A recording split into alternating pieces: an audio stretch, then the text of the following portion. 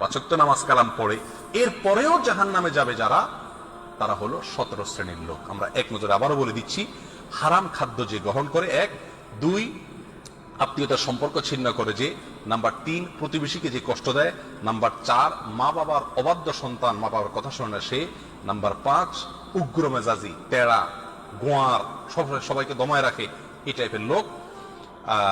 Number 6 অধীনস্থদেরকে, প্রজাদেরকে, যে সমস্ত শাসকেরা, যে সমস্ত রাজারা, যে সমস্ত রাষ্ট্রপ্রধানেরা, সরকার প্রধানেরা বা যে যে লেভেলে আছে সে তার প্রজাদেরকে ধোঁকা দেয় যে তারা। নাম্বার 7 অন্যের সম্পদকে অন্যায়ভাবে আত্মসাৎকারী ব্যক্তি। নাম্বার 8 উপকার করে কারোর খোঁটা দেয় যে ব্যক্তি, সে জান্নাতে যাবে না। নাম্বার 9 চগলখোর ব্যক্তি জান্নাতে যাবে না, মানুষের পিছনে কথা লাগায় বেড়ায় একজনের আরেকজনের কাছে। নাম্বার 10 অন্যকে নিজের পিতা হিসাবে, নিজের বাবাকে না বলে পরিচয় না দিয়ে অন্যকে নিজের বাবা হিসাবে, পিতা হিসাবে